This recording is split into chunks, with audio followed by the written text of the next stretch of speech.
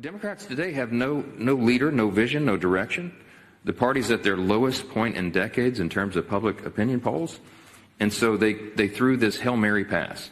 Chuck Schumer knows this. He reads the polls religiously. He knows his party is furious with him for doing the right thing back in March when he helped to pass a clean CR and avert a government shutdown. It was the right thing to do. He said so himself emphatically on the Senate floor. I just had to start off with that clip because I thought it was pretty interesting and pretty smart to have the board behind him showing, hey, yeah, Republicans actually voted to open the government back up and Democrats actually haven't. You know, although I'd prefer the government to just stay closed. You know, we can fire a bunch of federal workers that aren't really needed. So, you know, maybe after that, then we can reopen it. But that's just my humble opinion. That's just my humble opinion. But the Democrat Party is in some serious, and I mean serious hot water, especially the establishment Democrat Party, like, as you just heard there, the Chuck Schumers of the world, right? They're having an internal battle in their party, and maybe I'll make another video on this tomorrow because there's another topic of discussion regarding this whole thing as well. There's an internal struggle between the extremely far left, like the Zoran Mamdanis and the AOCs of the world and the Ilhan Omars, and the establishment Democrats. And it's going to be, like I said before, it's going to be interesting to see who actually comes out on top of that struggle, of that little tug of war internally within their party. You guys can let me know in the comments. Who do you think will actually come out on top? Let me know. I don't know.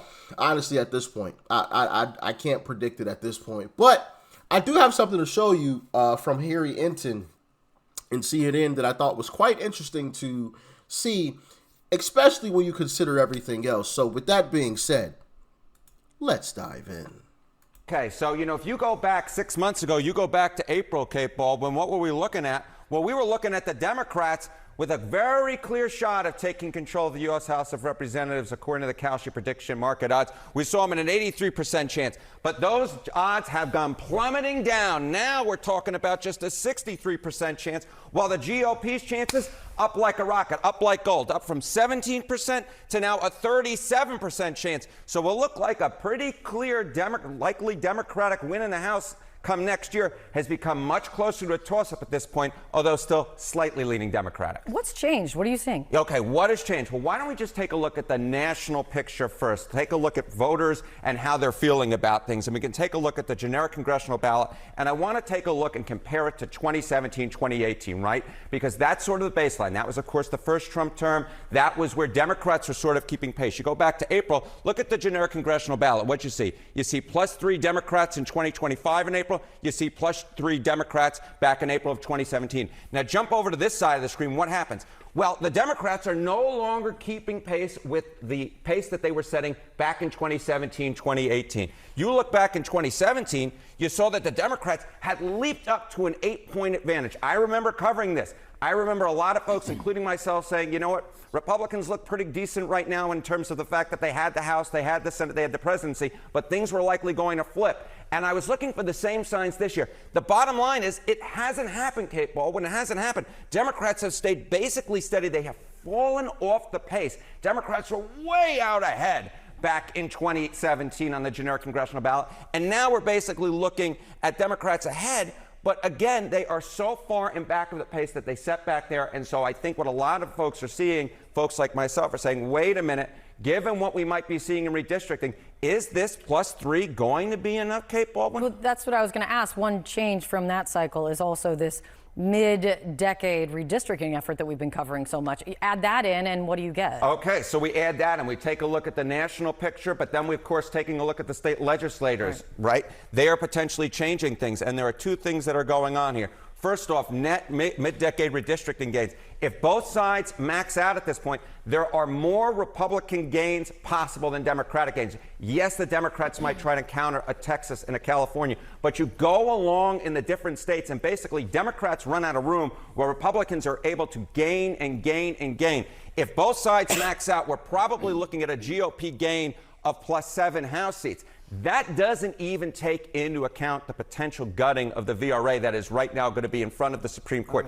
If you add that in, you could be looking... The Voting Rights Act. What? Yes, exactly right. The Voting Rights Act. If you add that in, then you could be looking about adding 10, 12, 15, 17 on top of this 7 seats. So I think a lot of folks like myself are looking at this. We're seeing, hey, wait a minute. Those national polls are, Democrats are not gaining the way that we expected. Then you add in the fact that the state legislators are adding potentially more GOP seats like they've already done down in Texas, like they've done in Missouri. And then you add in the potential gutting of the VRA, and all of a sudden it becomes much more difficult for Democrats to gain, especially given that they are not keeping up with their 2017, 2018 pace. And as you said, that also makes it difficult to compare it to past examples in history because this is such a different new landscape that we're looking at. It's a different new landscape, and we're not quite sure how much Democrats will have to be ahead in the National House vote in order to gain control.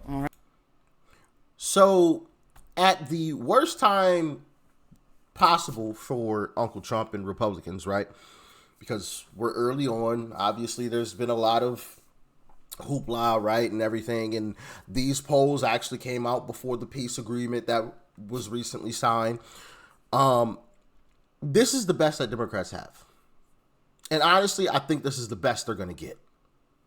It's only downhill from here. As Trump's policies take full hold, right, as more peace deals come through and everything else, this is only going to get worse. So if this is the best that they can do right now, they're cooked. They're absolutely cooked. Absolutely cooked. Especially, once again, and as you heard him say there at the end, when you consider that Republican states are actually going to redistrict now too. Oh, now the Democrats can't just redistrict.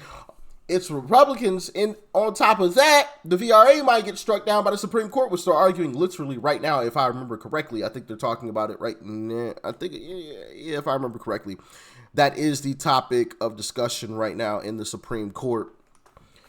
That could possibly, I mean, we're talking possibly a minimum of 20 Republican seats added. 20. That's a massive change. You know what I mean? That is a massive change. So, of course, things are getting really, really, really ugly for the Democrat Party, man. And more states are hopping on board with this whole redistricting situation. And one of them is North Carolina. Where's that clip that I had? Here we go.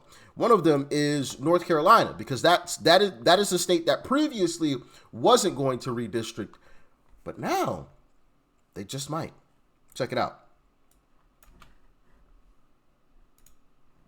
Electoral arms race, which was clearly, undoubtedly started by President Trump in terms of his latest iteration, has now indeed turned toward North Carolina. 14 districts here. They used to reflect just what you said about a 50-50 state. It was 7-7 in terms of their seats. Republicans redistricted, and now it is 10 Republican districts to 4, and it appears they're targeting the 1st district where Don Davis won last time around, the Democrat, wondering if they can cut this tiny lead here away and pick up yet another seat, very much not representing the demographics of their state, the political demographics, but certainly representing something they would like. And they are far from alone.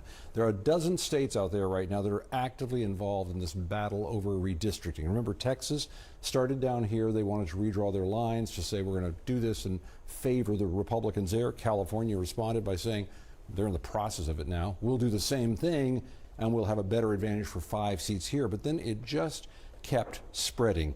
If you look at this map, a lot's going on. Some we don't include. New York, Illinois, it's talk there, but it hasn't really blown up into anything yet. That would favor the Democrats if they did. But look at the math, because this is where it really comes down and the rubber hits the road. Right now, the division in Congress, very, very narrow, actually represents pretty accurately, mathematically, how the country is divided over the question of the presidency. But if you look at this, this is what the party pickups would be for congressional districts. Republicans, 5. Missouri, 1. North Carolina, 1. Ohio, 2 or 3. Indiana, 1 or 2. Florida, still discussion down there, but that could be another gold mine for them if they tipped it even further their way. Kansas, 1. New Hampshire, 1. And Nebraska.